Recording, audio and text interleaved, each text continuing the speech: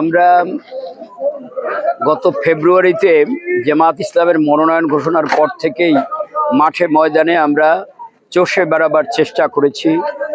মানুষের দৌড়ে দৌড়ে দাঁড়ে দাঁড়ে গিয়ে আমরা man to man, one to one এই পলিসি গ্রহণ করে মানুষের কাছে পৌঁছাবার চেষ্টা করেছি এবং মানুষের কাছ থেকে বিপুল সাড়া, বিপুল ভাবে আমাদেরকে সম্বর্ধিত করেছে। আমাদেরকে আশ্বস্ত করেছে।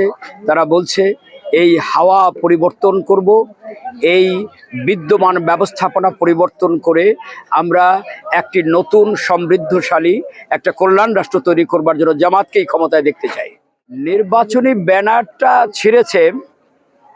আমরা তো বলি যে আমাদের ব্যানারগুলো যদি মানুষের বুকের ভেতরে ভেতরে থাকে, মননে মননে থাকে, তাহলে আমাদের ওই ব্যানার ছিঁড়বে কে?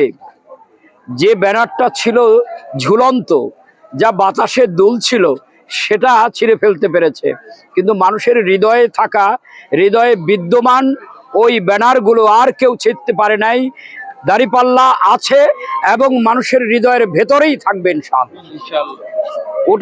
ওর জন্য আমরা কোনো চিন্তিত নই, মামলা করি নাই, মোকদ্দমা করি নাই, অভিযোগ দেই নাই।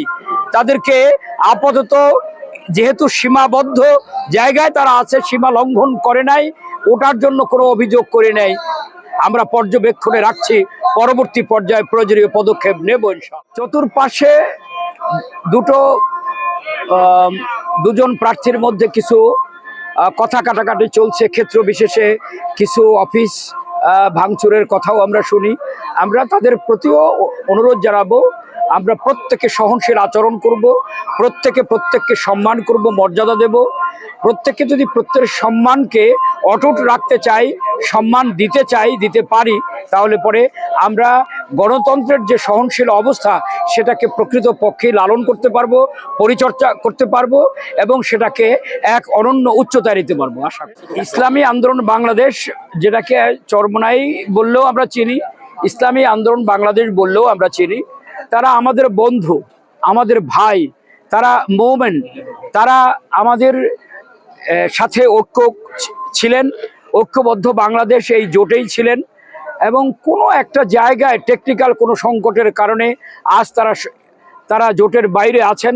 আমরা আশা করি অন্য কোনো জায়গায়, অন্য কোনো প্রসঙ্গ অনুষঙ্গকে সামনে নিয়ে আমরা আবার তাদেরকে একসাথে পাবো।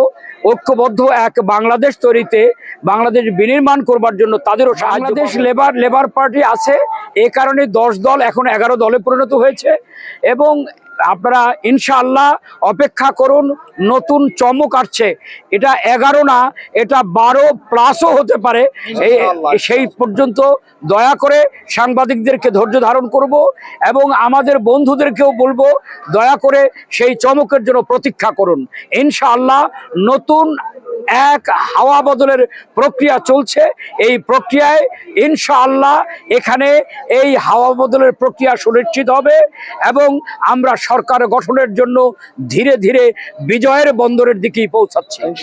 আমরা আশা করি প্রশাসনের সাথে যতটুকু আলাপ আলোচনা হয়েছে, আমরা আশা করছি, আমরা আসলে দুটো প্রক্রিয়া মনে করতেছি। একটা হলো আমরাই এমন একটা শক্ত অবস্থানে কেন্দ্রে থাকব যাতে করে কেউ ভোট জালিয়াতি, বাক্স ছিনতাই, মানুষকে ভয় দেখানো, এসব প্রক্রিয়া থেকে তারা দূরে থাকবে আশা করি।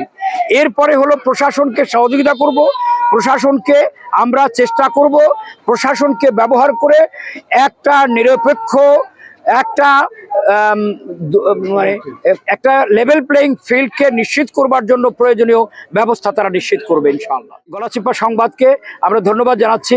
সাংবাদিকরা মূলত একটা জাতির বিবেক, তারা আশা করি প্রকৃত সত্যকে উদ্ঘাটন করবে এবং আমরা তখন গণতন্ত্রকে লালন এবং বিকাশে সাহায্য করতে পারবো। সবাইকে ধন্যবাদ। চর্চা করব গণতন্ত্রকে।